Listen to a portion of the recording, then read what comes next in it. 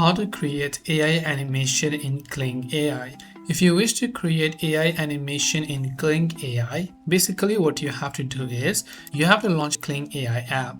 The first thing to do is make sure to set up your character properly. So when you go to generate or you hit any of the other tools over here, you can first go to image generation to generate your character image over here.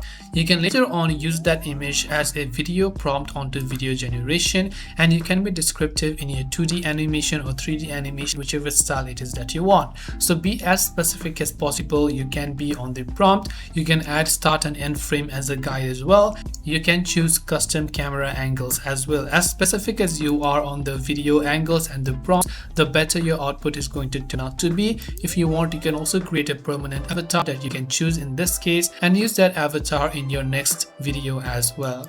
So hopefully this video might have helped you solve the problem. If you have got any further questions, do feel free to leave them down below. As always, thank you for watching and see you in the next video.